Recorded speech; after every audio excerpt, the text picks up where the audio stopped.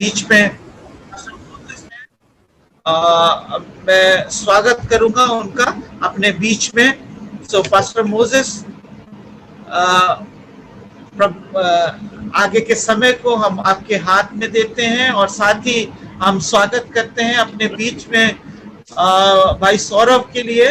बहुत अच्छे प्रभु के दास हैं और अच्छे बहुत सुंदर रीति से बहुत अच्छे तरीके से हमको अच्छा अनुवाद करके बताते हैं। प्रभु उनको बहुत ऐसे आशीष दे। और मैं एक बार फिर चाहूंगा दोनों के लिए कि आगे के समय को आगे आप अगुवाई करें।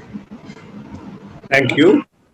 Good evening to everybody. We are happy that God gave us another opportunity like this to come together around the Bible, around the scriptures. आप सभी को संध्याकालीन का नमस्कार। और मैं परमेश्वर का धन्यवाद करता हूं कि परमेश्वर ने एक बार फिर से हम सभी को अवसर दिया कि हम बाइबल अध्ययन के इस भाग में एकत्रित हो सके। मेरी आवाज आ रही है सबको? Is my voice audible? I'm sure you're all waiting for Tuesday evening, where we really gather and study the book of Acts, because I'm sure the Lord is teaching us many things from the study of book of Acts. और मैं निश्चय जानता हूं और आशा करता हूं कि आप लोग ये जो अध्ययन प्रेरितों के काम की किताब से किया जा रहा है उससे आप आशीषित हो रहे हैं और बड़े ही उत्साह पूर्वक आप मंगलवार का इंतजार करते होंगे कि आप लोगों के बीच में ये अध्ययन का भाग रखा जाए। और मैं प्रार्थना करता हूं कि ये अध्ययन हम सबों के लिए आशीष का कारण ठहरे। We will continue our study. Let us open our Bibles to book of Acts chapter 17. हम लोग अपने अध्ययन को आगे बढ़ाएंगे और आप अपने बाइबलों को खोलें और हम उसमें निकालेंगे प्रेरितों के काम की पुस्तक, उसका 17वां अध्याय। प्रेरितों के काम 17वां अध्याय। If possible, please try to write down particularly these missionary journeys. In the first missionary journey, to which all places he went. We said he went to 7 places in first missionary journey. Now we are studying second missionary journey. If possible, try to take down the notes of all this, because it will help you in the future. It will help you.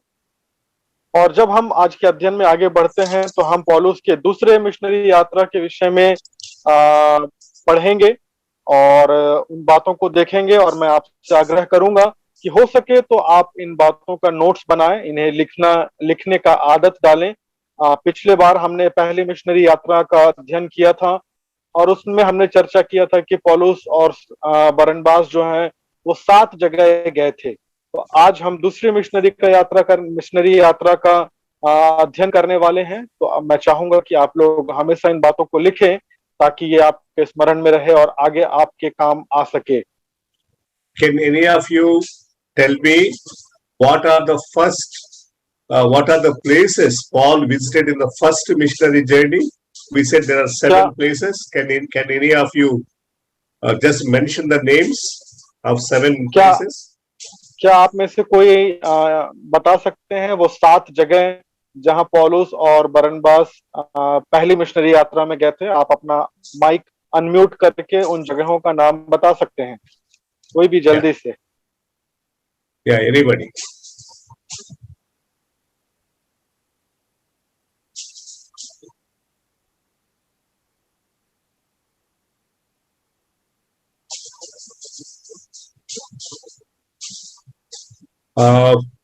Okay, then let me repeat, no problem.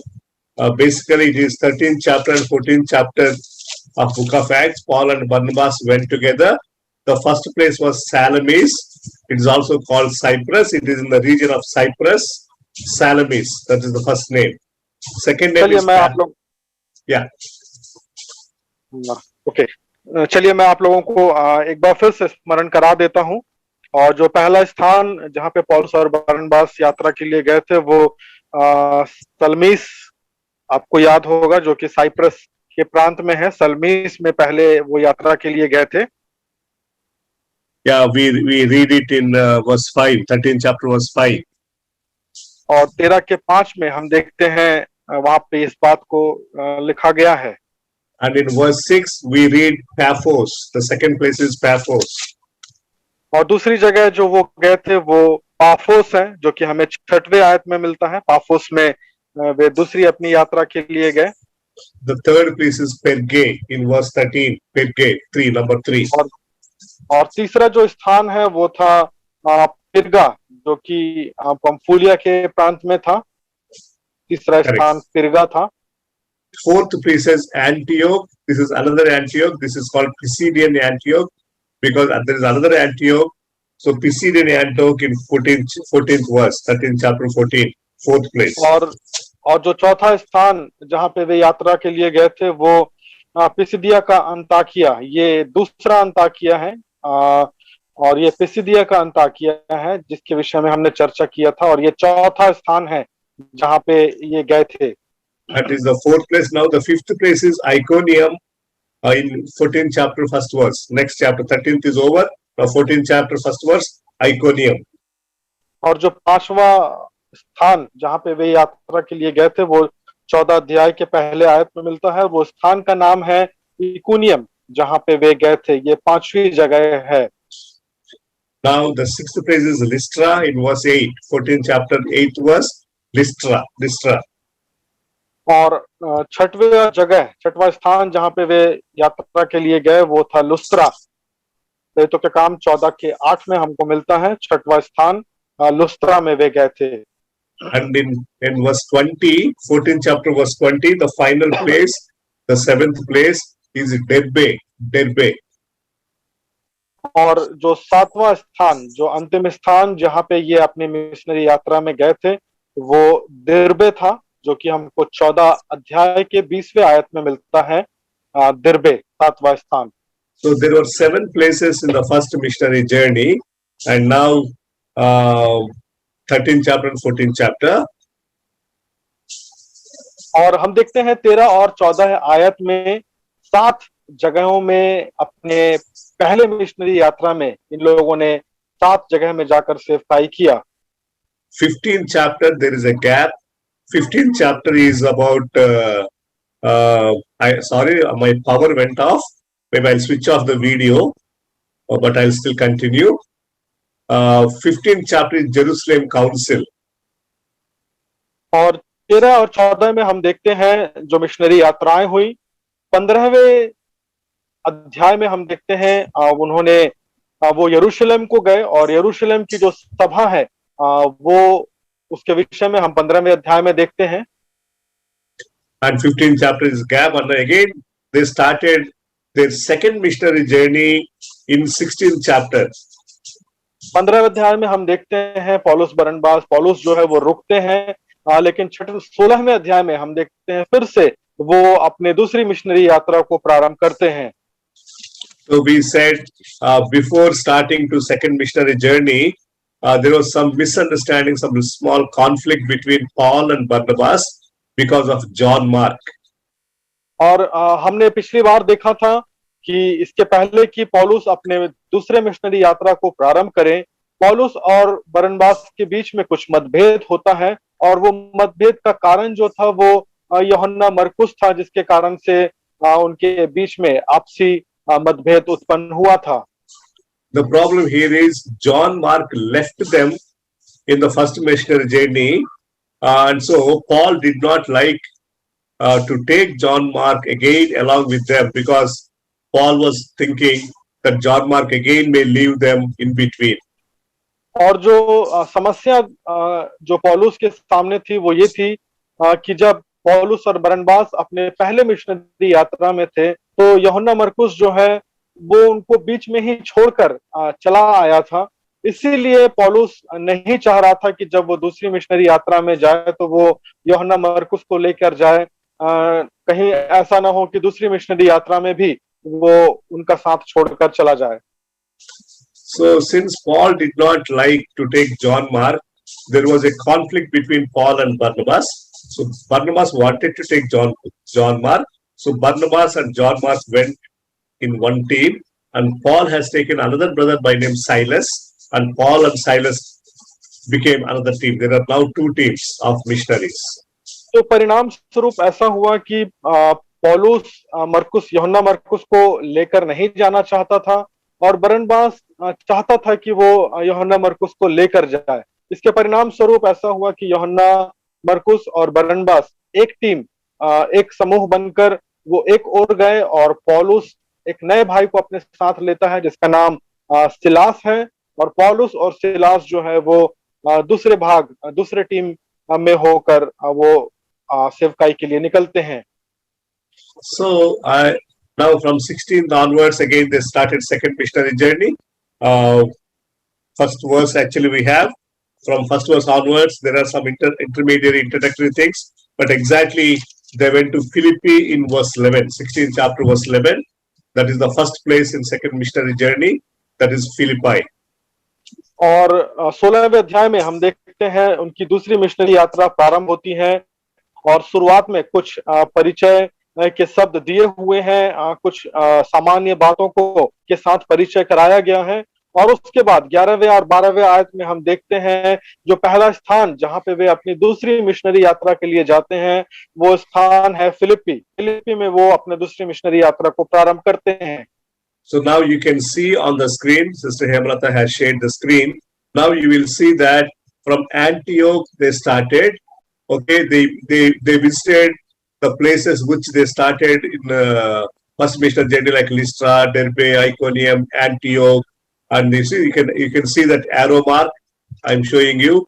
From Antioch they went to Derbe, Lystra, Iconium, and again another Antioch, visited Antioch. Then they came to Troas here. तो आप जैसा yes we can see, तो जैसा आप देख रहे हैं screen में दिखाया गया है कि जब उन्होंने अपने दूसरे मिशनरी को यात्रा किया तो उसके पहले वो जिन स्थानों में गए थे उन स्थानों से होते हुए गए। आप देखेंगे एंटियोक जो अंताकिया जिसे बोलते हैं वो उस किनारे में लिखा हुआ, वहां से वे शुरू करते हैं।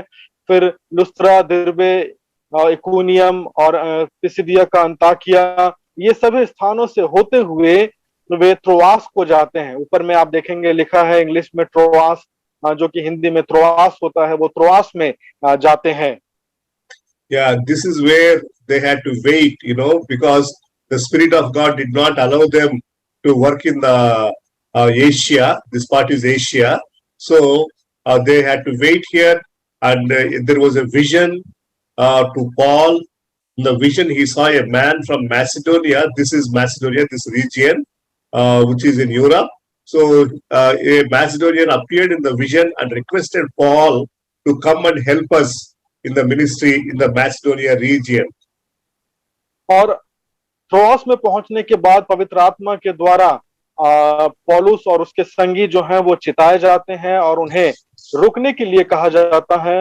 ये एशिया का प्रांत है जहां पे वे होते हैं और जहां पे उन्हें वो चेतावनी प्राप्त होती है। और फिर मकिदुनिया से एक व्यक्ति आकर, मकिदुनिया का एक व्यक्ति जो है वो पौलुस के सपने में आता है और वो उस व्यक्ति से मुलाकात करता है। और फिर वो चाहते थे कि पौलुस की जो सेवकाई है वो मकिदुनिया और उसके प्रांत में हो, और वे निवेदन करते हैं कि वो उन स्थानों में अपनी सेवकाई को दें।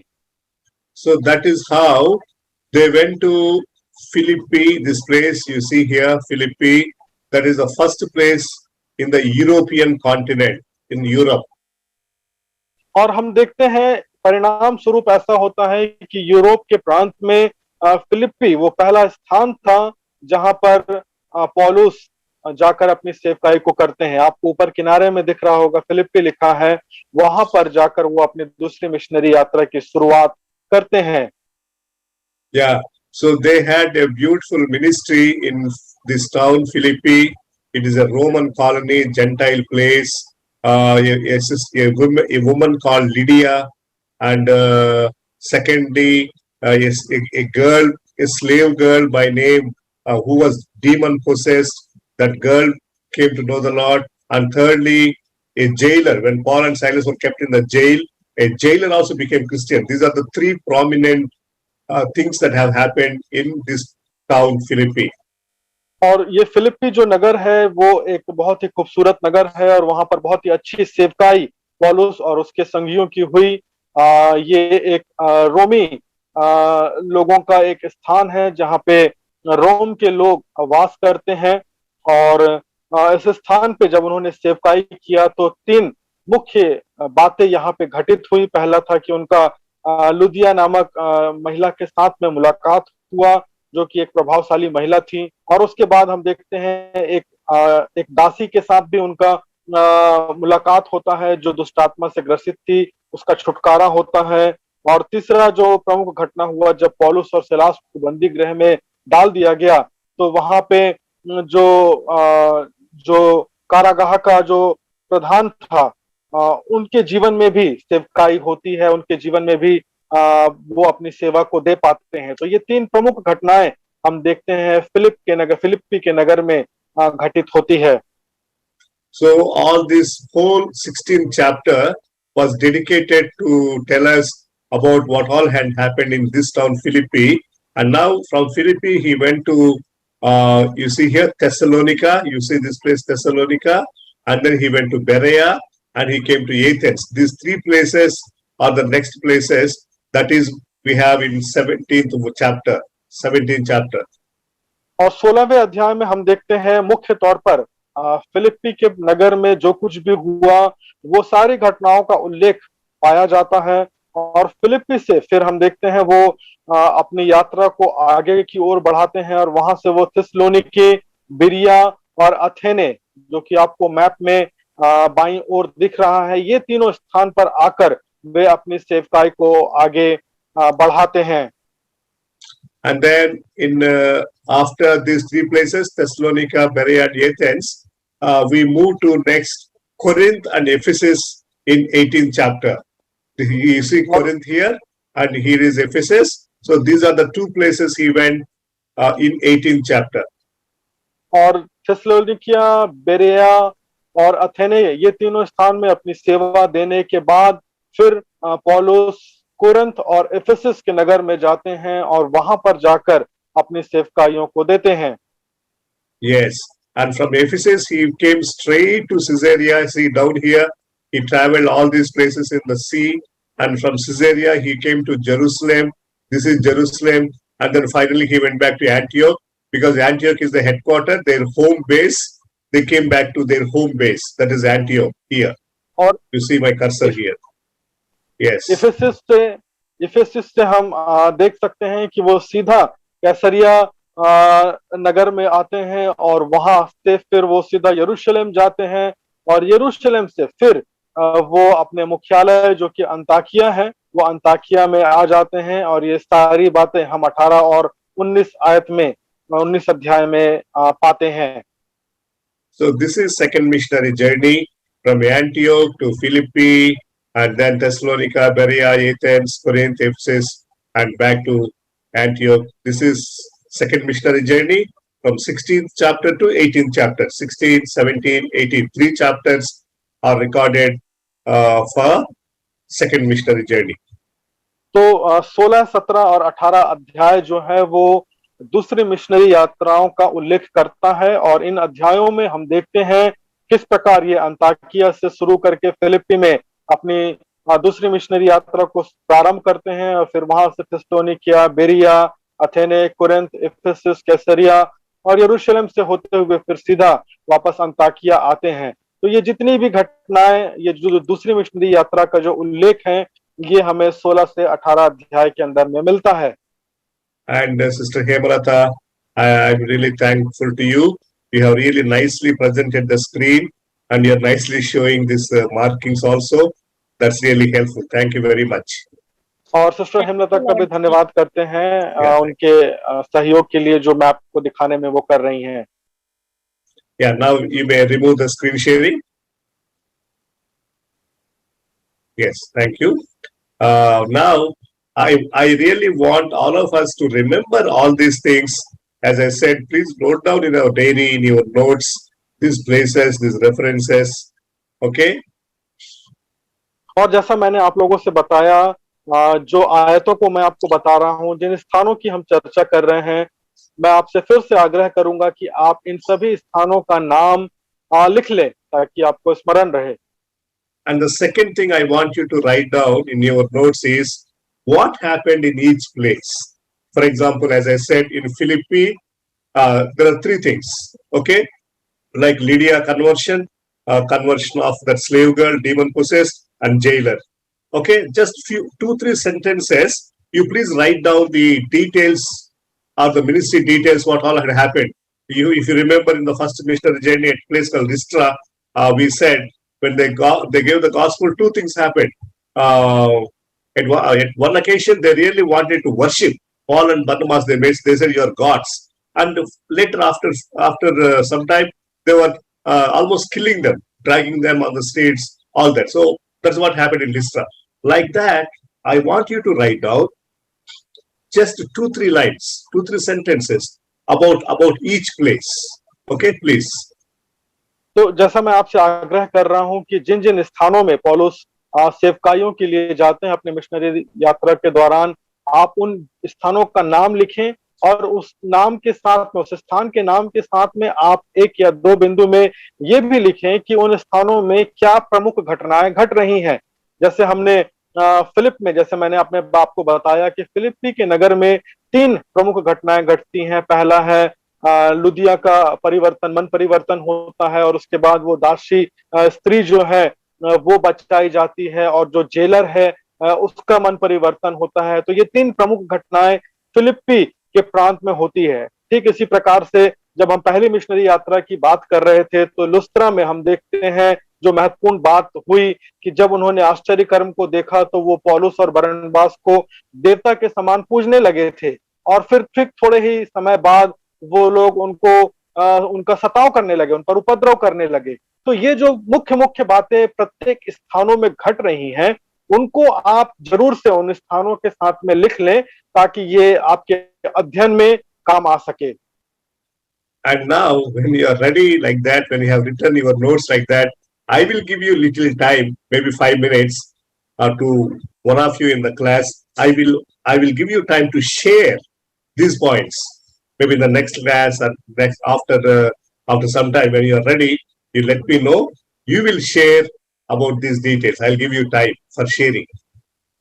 और जब आप इस प्रकार से नोट्स बना के रखेंगे, अध्ययन को व्यवस्थित तरीके से अपने पास करके रखेंगे, तब मुझे भी खुशी होगी और मैं अगला जो सत्र लूंगा उसको लेने से पहले आपको भी 5 मिनट का समय दूंगा, आप में से किसी एक को समय दूंगा और आप अपने उस अध्ययन को एक बार फिर से दोहरा सकते हैं ताकि हम रिफ्रेश हो जाएं और अपने अध्ययन में आगे बढ़ सकें। तो इस प्रकार से हम परस्पर सीख सकेंगे। Now shall we continue our 17th chapter?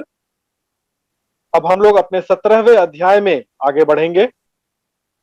Please read verse 1 or maybe 3 verses, 1, 2, 3 for 17th chapter.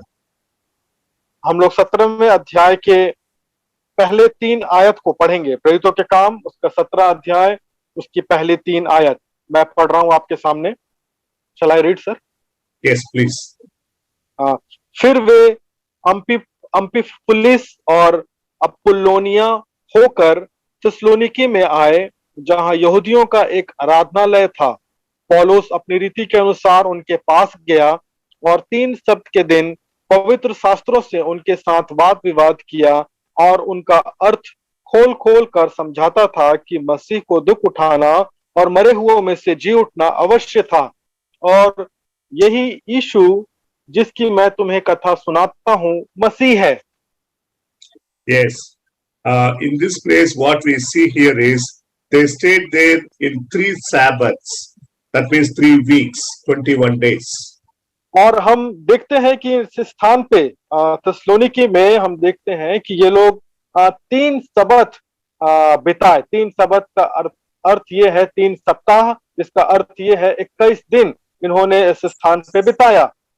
And the message is always the same.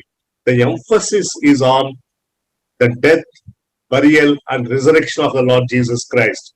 They were very clearly mentioning about the cross of Christ in their everywhere. Paul or Peter, both of them. This was the focus of the ministry, focus of the sermon message. Cross of Christ, death, burial, and resurrection of Christ. और उनके संदेश का जो मुख्य बिंदु था वो स्पष्ट था।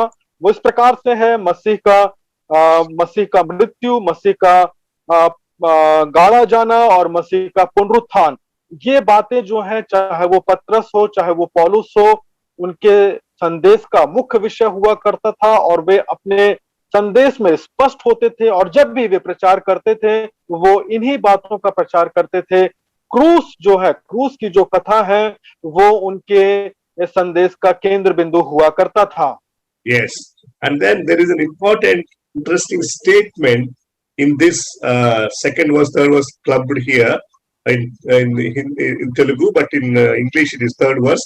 There is a statement that Jesus, whom I proclaim to you, is Christ. Jesus is Christ. और यहाँ पे तीसरे आयत के अंतिम में एक कथन यहाँ पे पौलुस कहता है जो कि बहुत ही रुचिकर है और उस प्रकार से यहाँ पे लिखा है, यही यीशु जिसकी मैं तुम्हें कथा सुनाता हूँ मसीह है, यीशु ही मसीह है। ये बात को पौलुस जोर देता है। Yes, thank you, Saurabh. You have nicely emphasized what I'm saying. Thank you. So, what is the importance of this word? See, usually we say Lord Jesus Christ. For us, Jesus Christ is one word. We even in our letters also, emails also, greetings to you in the name of the Lord Jesus Christ. But Jesus Christ is one word. But here Paul is saying, Jesus, whom we proclaiming, is the Christ. Jesus is Christ. Why? What is the importance of this statement or this sentence? तो यहाँ पे बहुत ध्यान देने वाली बात है, जब पौलुस इस बात को कहते हैं कि यीशु ही मसीह है, तो ये एक बहुत ही अर्थ को रखता है। कई बार हम इस बात को बहुत ही साधारणता और सरलता से लेते हैं और बोल देते हैं कि हाँ प्रभु यीशु मसीह या यीशु मसीह करके हम इंगित कर देते हैं। जब हम किसी को लिखते हैं ईमेल के द्वारा या पत्रों के द्वारा, तो उन्हें भी हम प्रभु यीशु मसीह के नाम से आपको अभिनंदन इस प्रकार से लिखते हैं। हम उस चीज के फर्क को शायद नहीं समझ पाते हैं, लेकिन जब पौलुस इस बात को जोर देकर यहाँ पे कहता है कि यीशु जिसकी कथा मैं तुम्हें सुना रहा हूं मसीह वही यीशु है, यीशु ही मसीह है, तो पौलुस जब इसको जोर दे रहा है तो इसमें क्या भेद है, इसमें क्या संदेश छुपा हुआ है, वो हमें जानने की आवश्यकता है। Because for us now we are living after 20 centuries, 2000 years of Jesus' birth. So for us, Jesus Christ, no problem. But for them, Jesus and Christ are two different persons for them. Jesus is one person who lived among them just some 10 years back. Okay, Jesus lived. And Christ is somebody for whom they are waiting for almost from Abraham time. Christ is Messiah. So they didn't understand, they never understood that Jesus who lived some 10 years back with them is Messiah, is the same person, Christ, whom God has sent into our midst. So Jesus and Christ is one. That is the emphasis of the message, because they had that confusion. They never believed, that Jesus is the Messiah. Jesus who lived, he is the same Messiah. तो आज जब 20 शताब्दियां बीत चुकी हैं और 2000 वर्ष बीत चुके हैं यीशु के सेवकाई के बाद, तो शायद ये बात हमारे लिए बहुत ही सरल है और सामान्य है और इसे हम अच्छी तरीके से स्वीकार कर लेते हैं कि यीशु मसीह है। लेकिन जब उस समय की अगर हम बात करें तो यीशु और मसीह जो है वो लोगों के लिए दो अलग अलग लोग होते थे या दो अलग अलग विषय है। यीशु का जब उल्लेख होता था तो वो उस यीशु को समझते थे जो उनके बीच में रहा चला फिरा करता था और जिसकी सेवकाई के विषय में बताया गया वो यीशु है। लेकिन मसीह जो है वो उस व्यक्ति को दर्शाता है जिसकी प्रतीक्षा यहूदी लोग अब्राहम के समय से कर रहे हैं और वो इस बात का विश्वास करते हैं कि परमेश्वर एक मसीहा को यहूदियों के छुटकारे के लिए भेजेगा और उस बात का वो इंतजार कर रहे हैं। और वो कभी भी यहूदी लोग इस बात को स्वीकार करने के लिए तैयार नहीं थे कि यीशु ही मसीह है। इसीलिए पौलुस यहाँ पर विशेष जोर देकर बताता है कि जिस यीशु को तुम सामान्य व्यक्ति सोच रहे हो, जिस यीशु को जो लगभग 10 साल पहले अभी अभी तुम्हारे बीच में रहा और जिसने सेवकाई किया, वही यीशु मसीह है और ये परमेश्वर का भेजा हुआ मसीहा है जिसका इंतजार यहूदी लोग इतने वर्षों से कर रहे हैं। तो इसीलिए पौलुस इस विषय पे जोर देता है कि यीशु ही मसीह है। Thank you, Saurabh. You have nicely explained. Thank you. So now, when he preached like that in Thessalonica, few people accepted the Lord. That's what we read in verse 4. Some Jews and some Greeks, accepted Christ.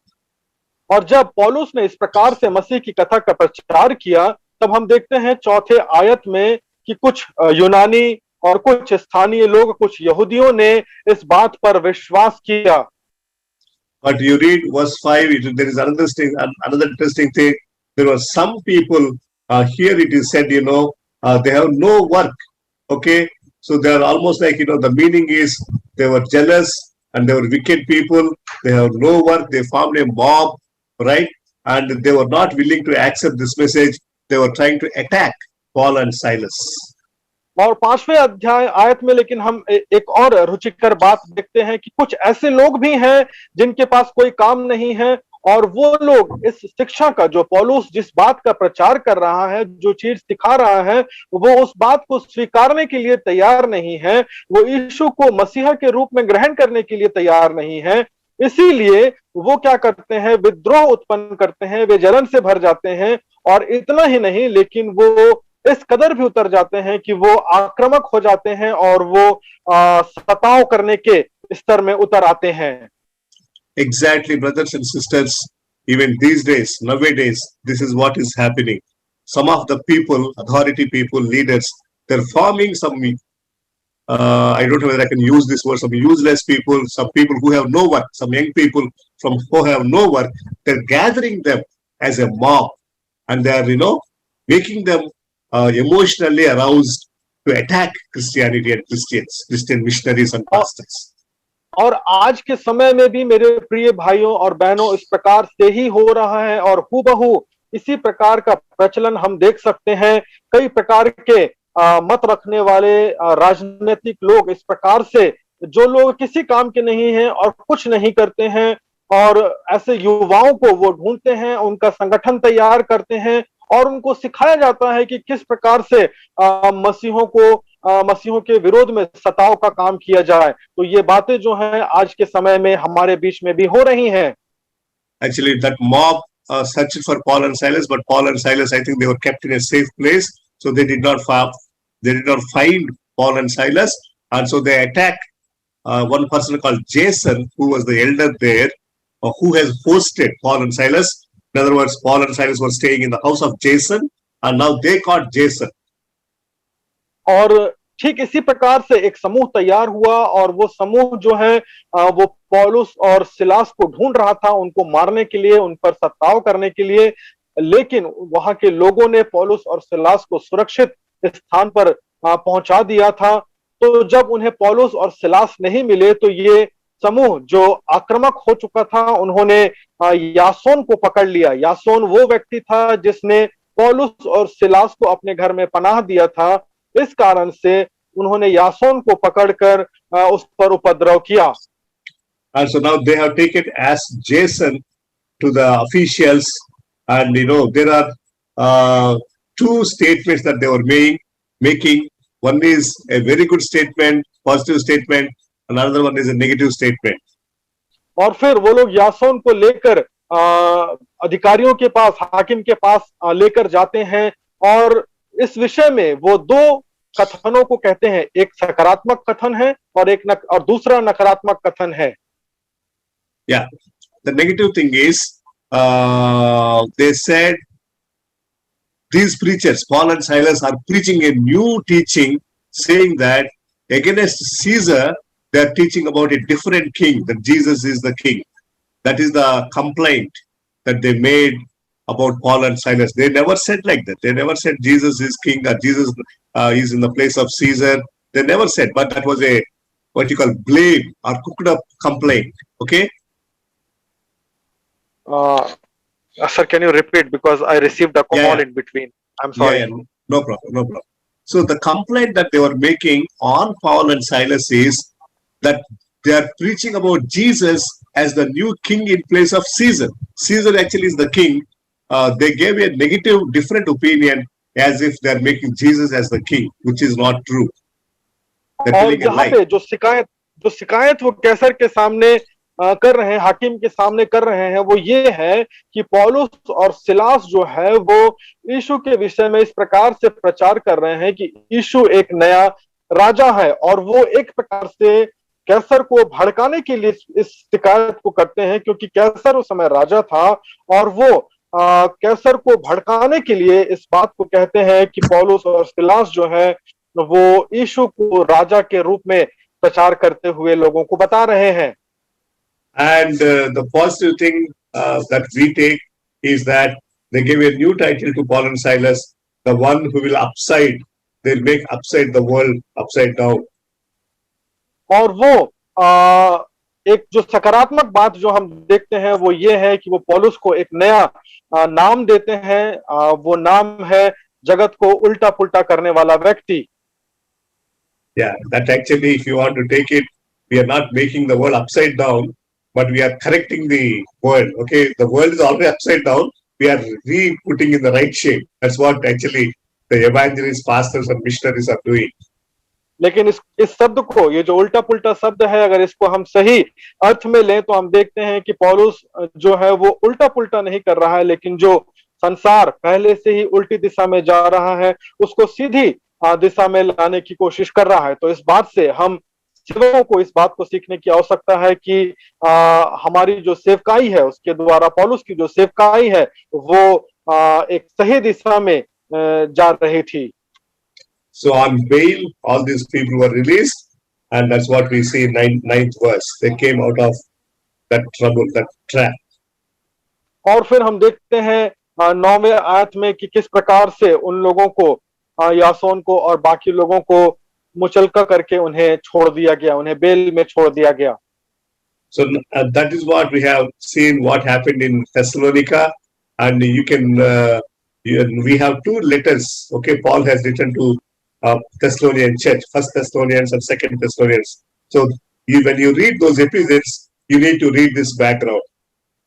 तो आपको मैंने बताया अभी कि थिस्सलुनीके के शहर में क्या कुछ हुआ, क्या क्या घटनाएं हुई, और इन्हीं बातों को ध्यान में रखते हुए हम जानते हैं कि पौलुस ने थिस्सलुनीकियों के नाम 2 पत्री को लिखा है, पहला थिस्सलुनीकी और दूसरा थिस्सलुनीकी। तो जब आप इन दोनों पत्रियों को पढ़ें तो इस पृष्ठभूमि को हमेशा याद रखें। And the next place they went is Berea. That's what we read in verse 10. और 10वें आयत में हम देखते हैं वो अगला स्थान जहां पे पौलुस और सिलास जाते हैं, और उस स्थान का नाम है बेरिया।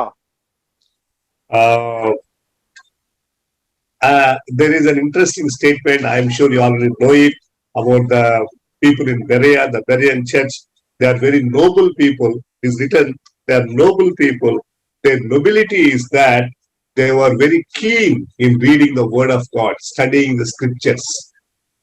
और बिरिया के विषय में एक बहुत ही अच्छी बात है, और मैं आशा करता हूं कि आप लोग उस बात को जानते होंगे।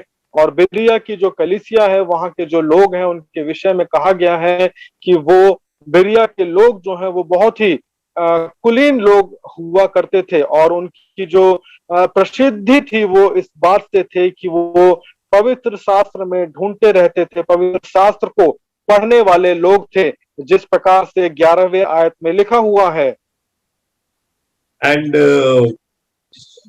one thing we need to say about Bereans is the really good quality. The good quality was they were searching the scriptures, not only reading. There is a difference between reading and meditating and searching, research.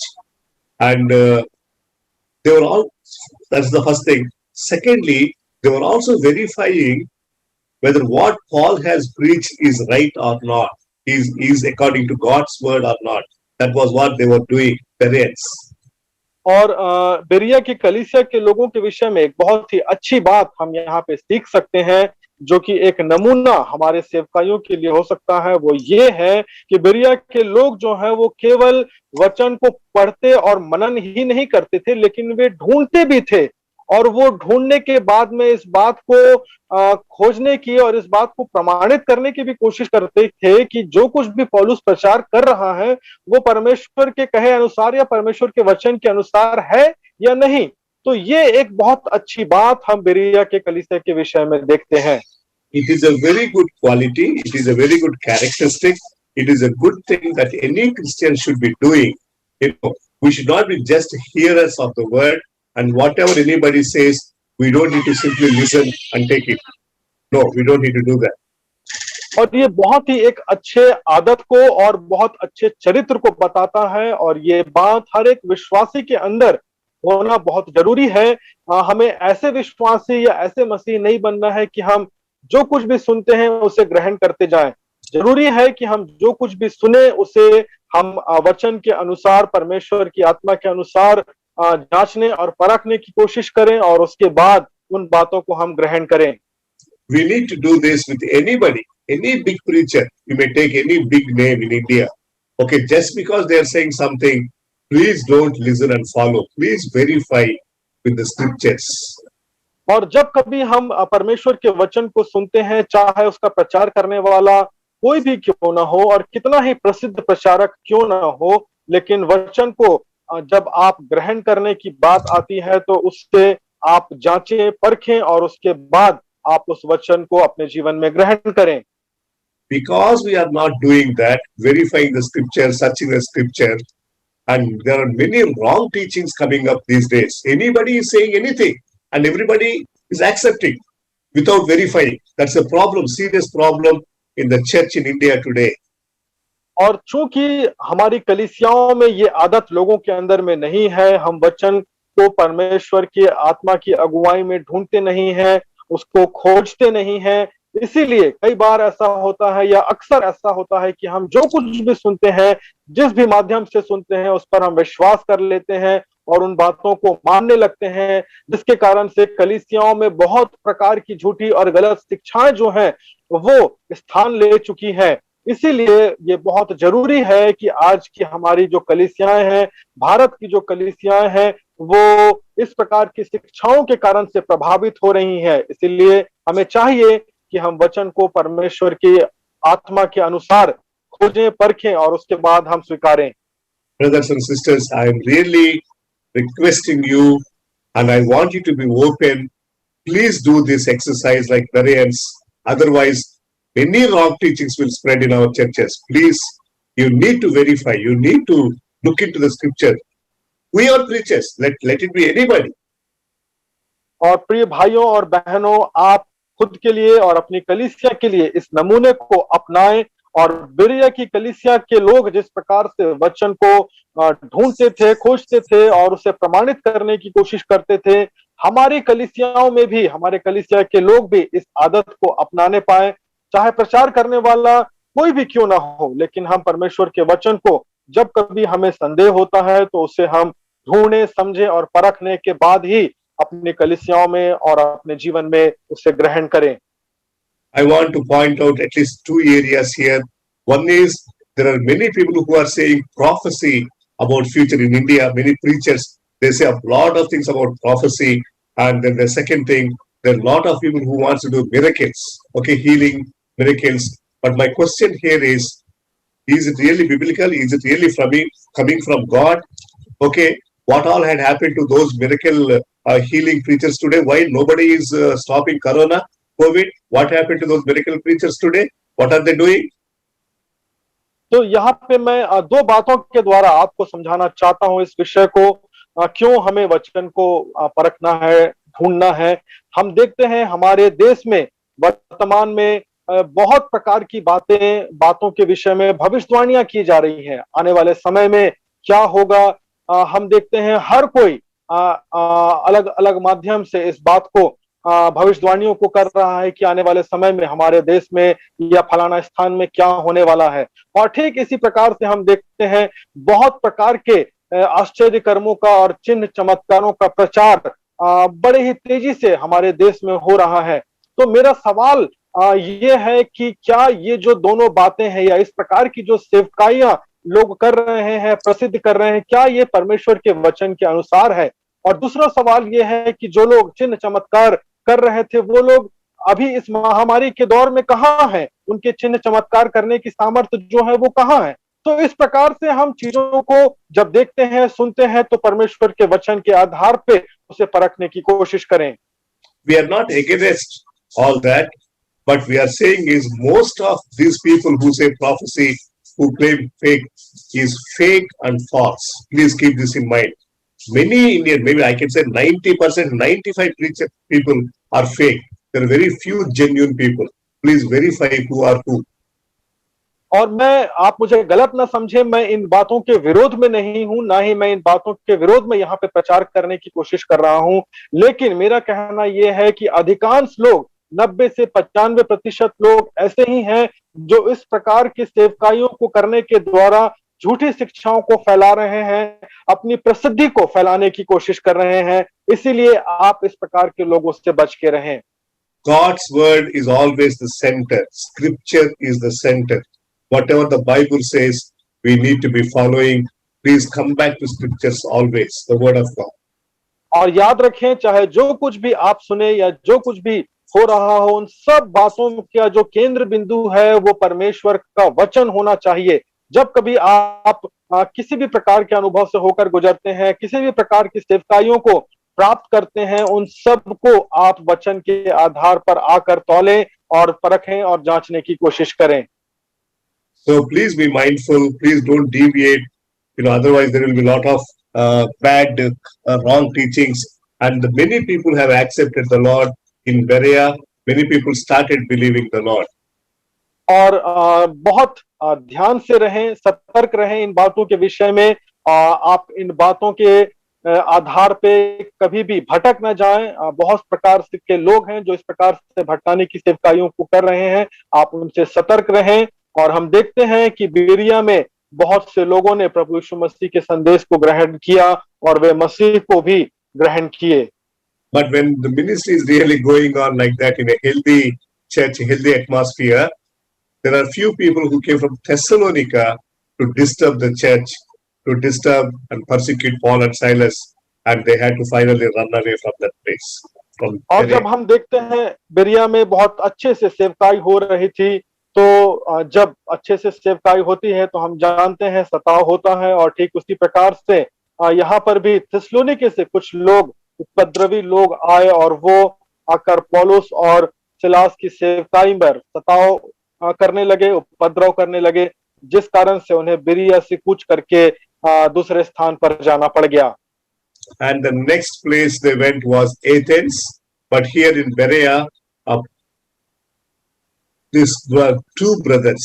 It is written here in verse 14, Silas and Timothy, they stayed back. They stayed back in Berea for a few more days. Only Paul alone went to Athens. और बेरिया से कूच करके हम देखते हैं पौलुस Athens को जाता है, लेकिन सिलास और तिमुथियुस जो हैं वो बेरिया में ही रह जाते हैं। वो कुछ दिन और बेरिया में अपने समय को बिताते हैं और पौलुस अपनी मिशनरी यात्रा को एथेंस के लिए आगे बढ़ाता है। And now Athens is a totally different experience. और एथेंस जो नगर है ये एक अपने आप में एक अनोखा अनुभव रहा है। Will you please read verse 16, brother Saurabh? 17 chapter 16. आइए हम प्रेरितों के काम उसका 17 अध्याय उसके 16वें वचन को पढ़ें। प्रेरितों के काम 17 उसका 16 वचन। जब पौलुस एथेंस में उनकी बाट जो रहा था, तो नगर को मूर्तों से भरा हुआ देख कर उसका जी जल गया। His spirit was provoked within him as he saw that city was full of idols. Paul's thought was, हम देखते हैं यहाँ पे जब वो नगर को मूर्तों से भरा हुआ देखा तो लिखा है उसका जी जल गया। See, I think there is an important lesson for all of us here. Again, here, like we have learned a lesson in Berea lessons for the scriptures. Here in Athens, Paul had a different kind of passion and burden when he saw the city was full of idols. तो हम देखते हैं यहाँ पर एक अनोखा चीज, अनोखी बात घट रही है। और हम देखते हैं बेरिया से हमने सीखा है, बेरिया की कलीसिया से, कि वो लोग वचन के ढूंढने और वचन के खोजने वाले लोग थे। लेकिन एथेंस में हम देखते हैं पौलुस के अंदर में एक अलग ही प्रकार के बोझ को आत्मा देता है। जब वो नगर को मूर्तों से भरा हुआ देखता है तो उसके अंदर में एक नया बोझ और एक नया समर्पण आता है। I think it is an important lesson for us as Indians, because our country, India, is full of idols. Our land is filled with idolatry. और मैं सोचता हूं कि हमारे देश के लोगों के लिए और विशेषकर भारत के सेवकों के लिए ये बहुत ही महत्वपूर्ण संदेश है, क्योंकि हमारा जो देश है, हमारा जो राष्ट्र है, वो मूर्तों से भरा हुआ देश है। So, brothers and sisters, when we see this kind of too much of idolatry for which God is not at all happy, particularly we see this even in the Old Testament. The Old Testament with the Israelites, God was very particular. God was hating this sin of idolatry. He was never happy whenever Israelites worshipped idols. Idolatry is something God cannot tolerate.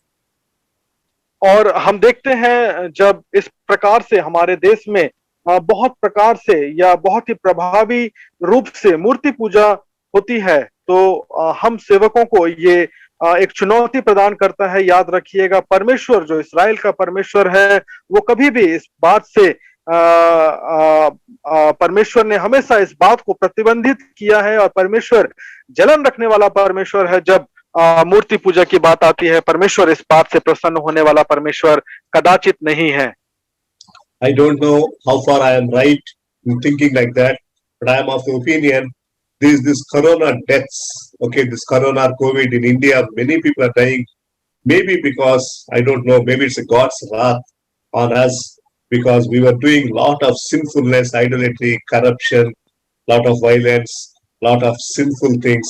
Maybe God is punishing our country like that. I don't know. और मुझे ऐसा लगता है कि जो corona महामारी का प्रकोप हमारे देश में है, मैं ऐसा महसूस करता हूं कि ये परमेश्वर का दिया हुआ एक दंड है, परमेश्वर का दिया हुआ एक श्राप है लोगों के कार्यों के कारण से। और जिस प्रकार का उपद्रव, जिस प्रकार का अंधकार हमारे देश में फैला हुआ है, उसके विरोध में परमेश्वर का दिया हुआ एक क्रोध भरा प्रतिक्रिया है, जो कि हम देख सकते हैं इस कोरोना के प्रकोप के द्वारा।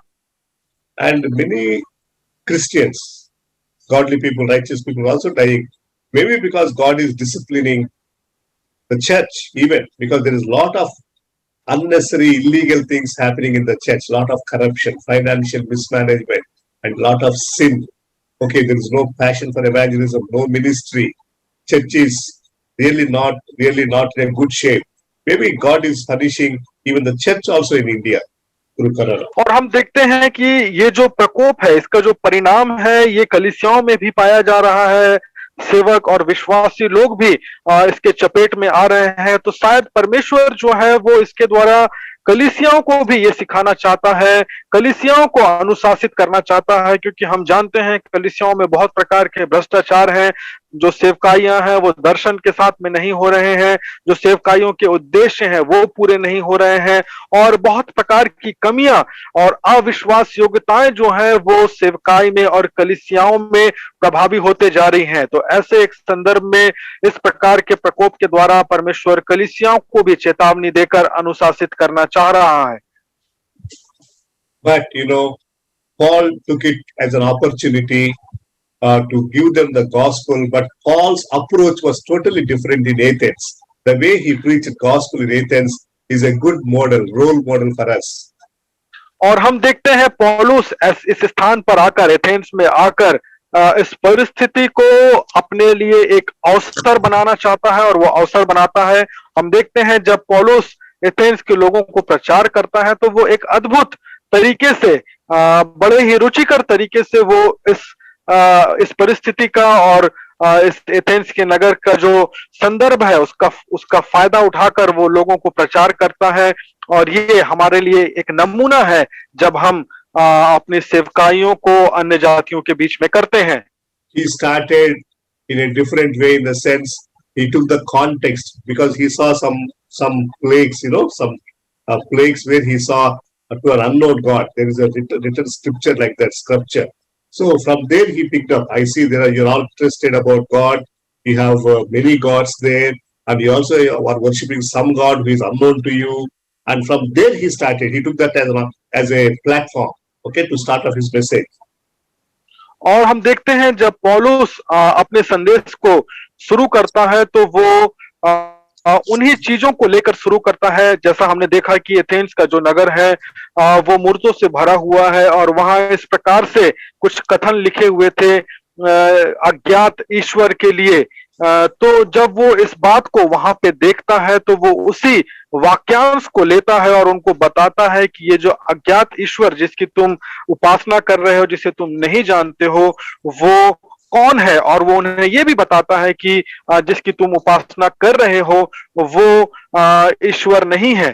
तो वो इस प्रकार से इस अवसर का वो फायदा यहाँ पे उठाता है। The first thing that he started was, he was speaking about God. He said, God cannot stay in a house, in a small place where we are constructing, or God cannot be like how we are making him the image, okay? But God is beyond. God is a bigger God who has created you and me, who has created the whole creation. He cannot be limited. He is not a small God, he is a big God. और जो पहली बात वो लोगों को वहां पे Athens के लोगों को सिखाने की कोशिश करता है वो ये है, वो परमेश्वर के विषय में उनसे बात करता है और वो बताता है कि परमेश्वर जो है वो भवनों में या इमारतों में सीमित नहीं है। लोग जिस प्रकार से सोचते हैं कि एक इमारत या एक भवन बना दिए और उसमें उसकी उपासना करने लगे, तो परमेश्वर जो है वो वहां तक सीमित नहीं है, लेकिन परमेश्वर जो है वो सर्वोच्च परमेश्वर है, वो उसकी सामर्थ्य जो है वो सर्वोच्च है। And he's also saying God is not somebody who cannot be unknown. You can know him, you can search for him, you can find him. You can know God. God is knowable. He is understandable. Okay, you can reach him. He's also mentioning that. और जो दूसरी बात वो Athens के लोगों को सिखाता है वो ये है कि परमेश्वर अज्ञात परमेश्वर नहीं है, वो ऐसा परमेश्वर नहीं है जिसको नहीं जाना जा सकता है, वरन ये ऐसा परमेश्वर है जिसने अपने आप को प्रकट किया है और ये परमेश्वर को जाना जा सकता है। And he's also saying nowadays, earlier days, God has overlooked certain things. Nowadays, he is wanting that everybody must be saved. You must know him, you must be saved. That was a commandment of God. और फिर जो अगली बात Athens में पौलुस कहता है वो ये है कि पिछले समय में परमेश्वर के उद्धार का कार्य जो था वो ऊपरी सतह पर था, लेकिन अब परमेश्वर ने अपनी इस इच्छा को प्रकट किया है और परमेश्वर चाहता है कि प्रत्येक व्यक्ति सुसमाचार को सुने, ग्रहण करे और उद्धार पाए। He also talked about the day of judgment. A day is going to come where God is going to judge everybody. Okay, you will not be left without being judged. He was saying that. और आगे पौलुस इस प्रकार से कहता है, न्याय के विषय में भी उनसे बताता है कि एक न्याय का दिन भी ठहराया गया है जिसमें परमेश्वर न्याय करेगा और जो परमेश्वर के प्रति अनाज्ञाकारिता को रखते हैं वो लोगों का न्याय होगा और वो दंडित किए जाएंगे। तो इन बातों को पौलुस एथेंस के लोगों को बताता है। Till this point they were all very nicely, attentively listening, but when he mentioned about, in verse 32, when he mentioned about the resurrection of the Lord Jesus Christ, they got disturbed. They didn't want to listen anymore. और यहाँ तक तो वो पौलुस की बातों को ध्यान से सुन रहे थे, समझ रहे थे और उसके साथ थे, लेकिन 32वें आयत में जैसे ही पौलुस ने पुनरुत्थान के विषय में कहा तो वो बात वो सहन नहीं कर पा रहे थे और उनके बीच में विवाद उत्पन्न हो गया। So these people have a different attitude about the Athens. It is written in the Bible that they're all interested in debating, in knowing, in listening, in philosophies. They're only interested to, only listeners. Okay, it's a different kind of attitude among some people. Even today we see some people. They just want to listen. That's all. Only interested about the knowledge, philosophies, only discussion and debates. That's all. और Athens के लोगों के विषय में जब हम पढ़ते हैं तो ये मालूम पड़ता है कि ये इस प्रकार के लोग हैं जो सुनना पसंद करते हैं, ज्ञान अर्जित करना चाहते हैं, जो फिलॉसफीज हैं, जो दर्शन शास्त्र हैं, जो नई नई शिक्षाएं हैं, जो दार्शनिक बातें हैं, उनको वो जानकर ज्ञान अर्जित करना चाहते हैं। आज के समय में भी हम देखते हैं कई मसीह इस प्रकार से हैं जो वचन का ज्ञान प्राप्त करना चाहते हैं, वचन की नई नई शिक्षाओं को जानना चाहते हैं, अपने ज्ञान को वो बढ़ाने की कोशिश करते हैं। But in spite of all that, there will be some people, brothers, even today in our ministry also, no matter how many times we tell them the gospel, we share with them the love of God, they will never, they just will keenly listen and they will come up with many questions. They want to ask questions. They're all interested to know who is Cain's wife, what is this, what is that. They're all interested in knowledge. That's all.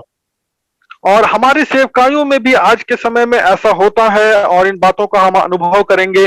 चाहे आप कितनी ही बार एक व्यक्ति को सुसमाचार सुना दे, प्रभु यीशु मसीह के बारे में बता दे, उद्धार के विषय में बता दे, लेकिन वो बार बार अपने सवालों को लेकर आपके पास आएंगे और वे बेतुकी बातों को कहेंगे। वे ऐसे सवालों को पूछेंगे जैसे कैन की पत्नी कौन है, और इस प्रकार की बातों को आपके सामने रखकर वो सिर्फ सुनना चाहते हैं, ज्ञान अर्जित करना चाहते हैं। But still, there is an encouragement.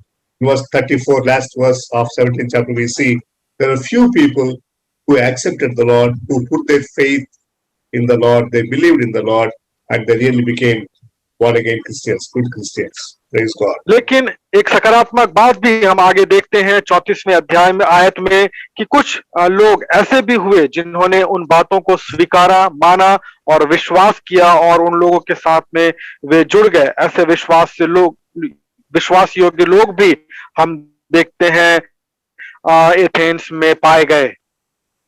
Yeah, actually we see that, verse 33 we see they wanted to listen more next time also, maybe next week also. But Paul said, no, I am leaving. Okay, and he went to a different place. That is what we read in verse 33.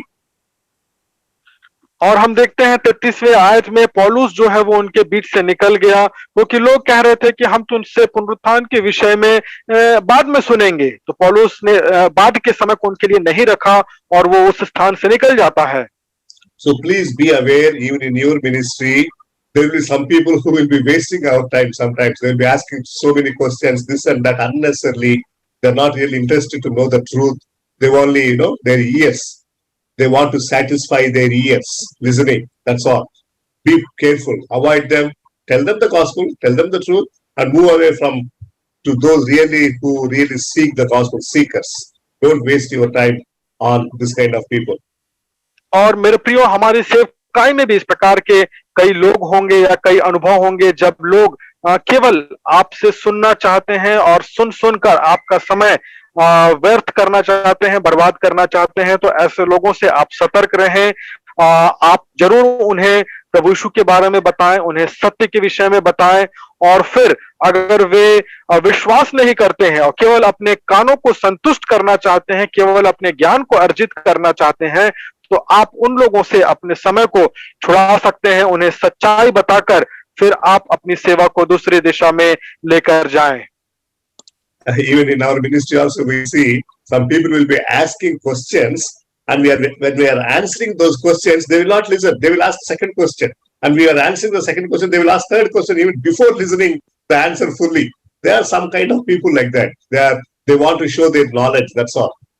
और कई बार इस प्रकार के भी लोग होंगे जो आपके पास सवालों को लेकर आएंगे। वो पहला सवाल आपसे पूछेंगे और आप उसके उत्तर को जब देने लगेंगे तो वो आपके उत्तर को सुनेंगे भी नहीं और दूसरे सवाल को दाग देंगे, और जब आप दूसरे सवाल का उत्तर देने का प्रयास करेंगे तब वो तीसरे सवाल को आपके सामने रखेंगे। तो इस प्रकार के लोग जो है वो केवल ज्ञान अर्जित करना चाहते हैं, अपने ज्ञान का प्रदर्शन करना चाहते हैं।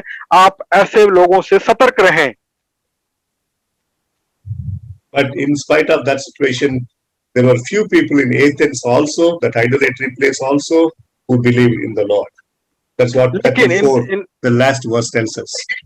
इन सारी बातों के बावजूद भी हम देखते हैं कि वो स्थान जहां पे जो कि मूर्ति पूजा का स्थान था, ऐसे स्थान से भी कुछ लोग ऐसे हुए जिन्होंने विश्वास किया, जिन्होंने सत्य को ग्रहण किया और विश्वास किया। 34वें आयत में हम इस बात को देखते हैं। Yeah, we'll stop here. This is 17th chapter. Now we'll give time to our dear sister Hemalata.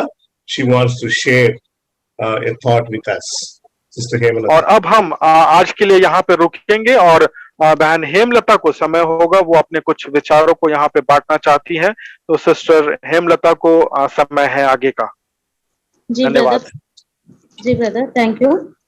Brother, मेरा एक सवाल है कि जैसे बिरियाकी नगर में हम देखते हैं कि लोग वचनों परमेश्वर के वचन की गहराई में जाकर जिस रीत से करते हैं। इस समय मुझे एक बात मुझे याद आई, जैसे कि मैं किसी का अपमान नहीं करना चाहती हूँ, लेकिन एक चीज पूछना चाहती हूँ कि मेरा सेल्फ एक्सपीरियंस है ये।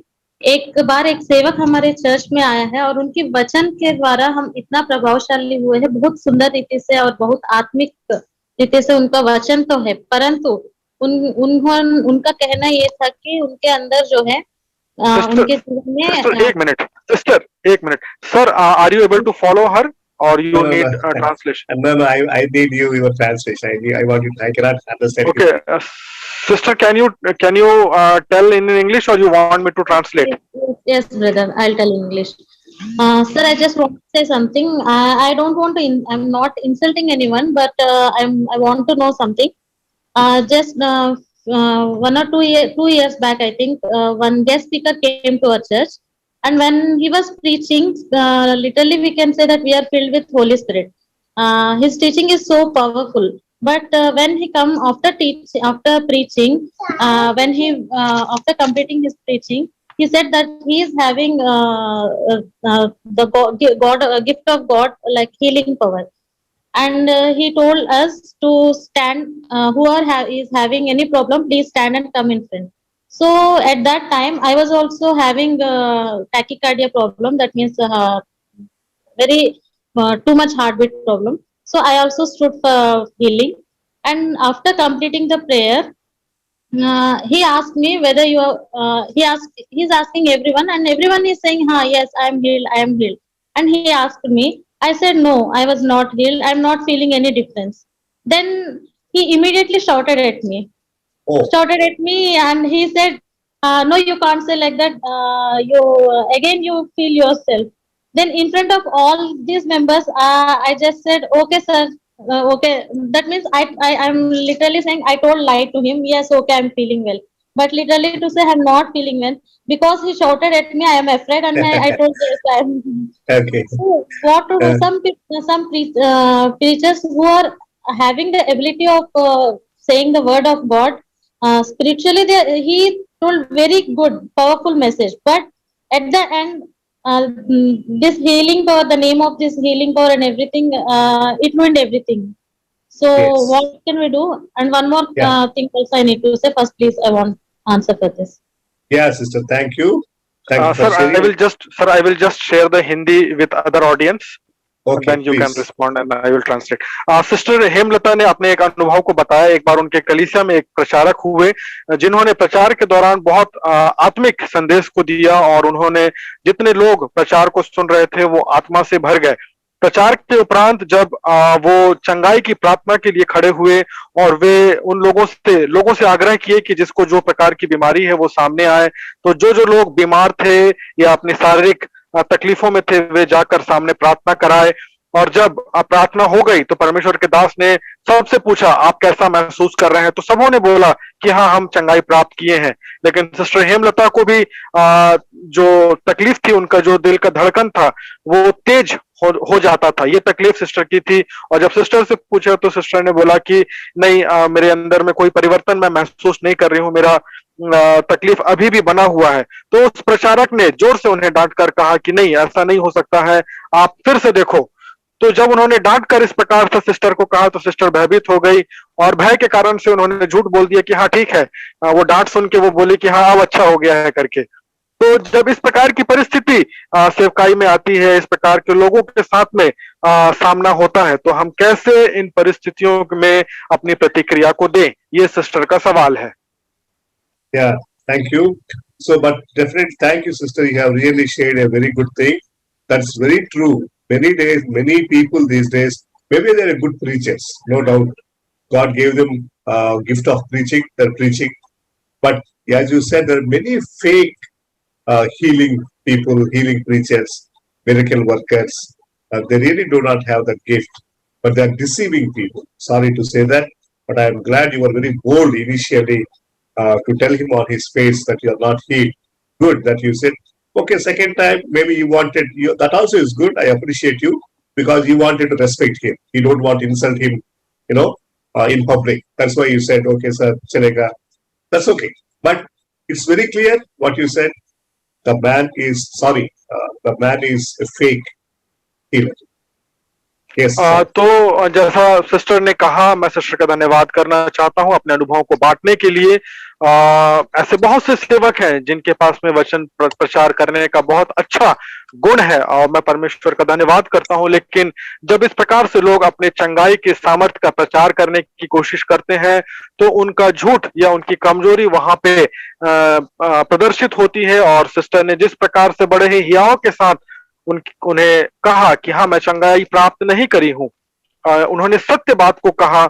जरूर जब दूसरी बार उन्होंने उनसे चिल्लाकर बात किया तो उन्होंने उनका सम्मान रखते हुए कहा कि हाँ, अब मुझे अच्छा लग रहा है। वो भी एक आदर्श स्वभाव को दिखाता है जो कि सिस्टर ने किया, उनका धन्यवाद।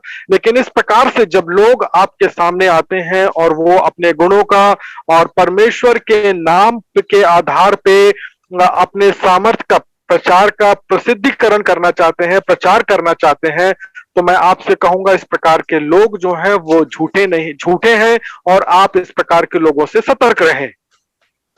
So yeah, please be careful, okay? Please don't be deceived by such people.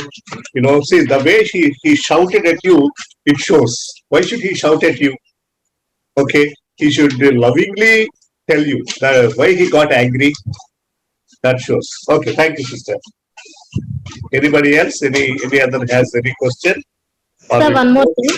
Yeah, तो मेरा जो उत्तर है वो ये है कि हम इस प्रकार के लोगों से बच के रहें। यही इसका उत्तर है, यही इसका समाधान है। अगर वो परमेश्वर का जन होता तो उसे क्रोध में आकर चिल्लाने की आवश्यकता नहीं थी, वो प्रेम पूर्वक भी बोल सकते थे जो कुछ भी उनको अपने बात को कहना था। लेकिन इस प्रकार की प्रतिक्रिया जो है वो ईश्वरीय स्वभाव को नहीं दिखाता है। तो आप इस प्रकार के लोगों से बच के रहें। Yes, yeah. sister, आप और कुछ बोलिए। Yeah, one more thing you are saying. Sister Hemalata.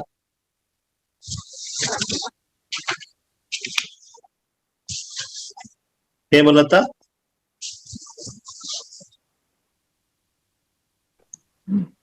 Hello. Yes, sister. Tell me. Please speak. Brother, one more thing I want to share. While you are telling about idolatry, I want to share one more verse from the Bible, where we can see Colossians 3:5. When we are speaking about idolatry, if I in myself cannot boast that I am not having any idol in my house. Why? Because if any of this, it's in the Bible. If any of the quality I am possessing in my life, then it's like I am doing idolatry. Correct. That's a good thought. Thank you for that. So we may not necessarily have an ideal thing like that. Okay, any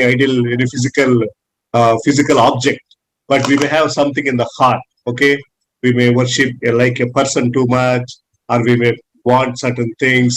Okay, that also will become an idol in our lives. Yes, thank you for that thought. Spiritual idols. Yes. Sister ने जो दूसरी बात कही वो ये है कि कोलोसियों 3:5 के आधार पे आप उस वचन को पढ़ सकते हैं और उस वचन के आधार पे हमें इस बात को जानना है कि हो सकता है हमारे घर में किसी प्रकार की कोई मूर्ति ना हो जिसकी हम उपासना नहीं करते हैं, लेकिन अगर हमारे आत्मिक स्वभाव में किसी प्रकार की ऐसी बात है जिसको हम अपने जीवन में जगह देकर रखे हैं या थाम कर रखे हैं, तो वो भी मूर्ति पूजा के समान है। ये आत्मिक मूर्ति पूजा को दर्शाता है। तो जरूरी नहीं है कि कोई वस्तु हो उसकी पूजा करे तो ही मूर्ति पूजा कहलाएगी, लेकिन आत्मिक जीवन में भी अगर कोई बात या कोई ऐसी आदत है जिसे हम अपने जीवन में बनाए रखे हैं तो वो भी मूर्ति पूजा के समान है। सिस्टर, आपका धन्यवाद इस बात को हमारे बीच में रखने के लिए। Okay, I'll hand over the time to our Edwin. Edwin, you please take over. Thank you.